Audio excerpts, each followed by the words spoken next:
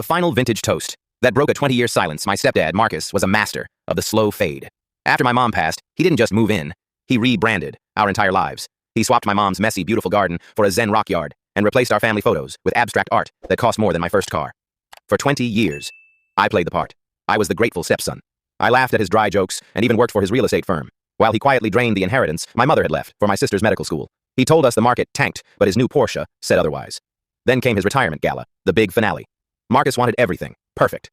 He asked me to handle the closing toast and to bring out a special bottle of wine he'd been saving in the cellar since 1998. But while prepping the cellar last week, I found a false floor behind the Pinot Noir. Inside was a ledger. It wasn't just numbers. It was a paper trail of every cent he'd diverted from our family trust into offshore accounts, all while we were eating store-brand cereal to save money. At the gala, I stood up. The room was full of his high society friends.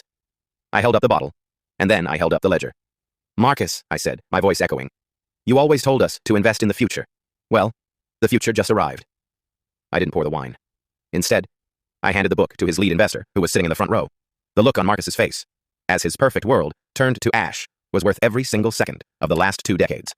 "Cheers, Marcus. Hope the view from the bottom is just as minimalist."